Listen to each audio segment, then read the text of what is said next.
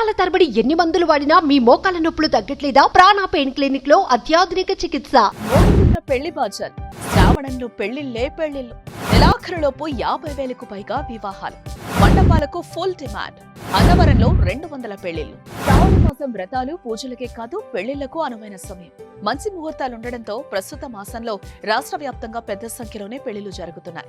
ఇప్పటికే ఈ నెల 18న భారీ ఎత్తున పెళ్లిళ్లు జరగ రాబోవు 21, 22, 23, 24, 26, 28, 29, 30, 31వ తేదీల్లో శుభలగ్నాలను పండితులు నిర్ణయించడంతో ఆయా ముహూర్తాలకు కూడా పెళ్లిళ్లు అత్యధిక సంఖ్యలోనే జరగనున్నాయి.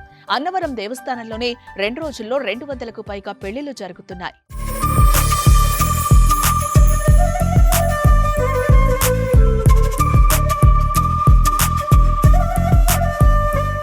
పట్టణాలు అన్న తేడా లేకుండా అన్ని చోట్ల పెళ్లి సందడే కనిపిస్తోంది.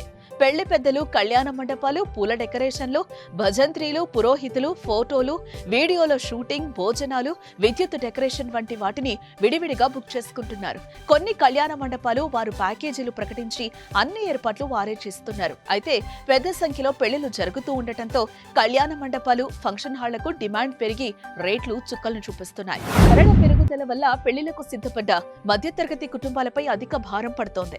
సగటున 4 లక్షల నుంచి 6 లక్షల వరకు ఖర్చు భరించాల్సి వస్తోంది.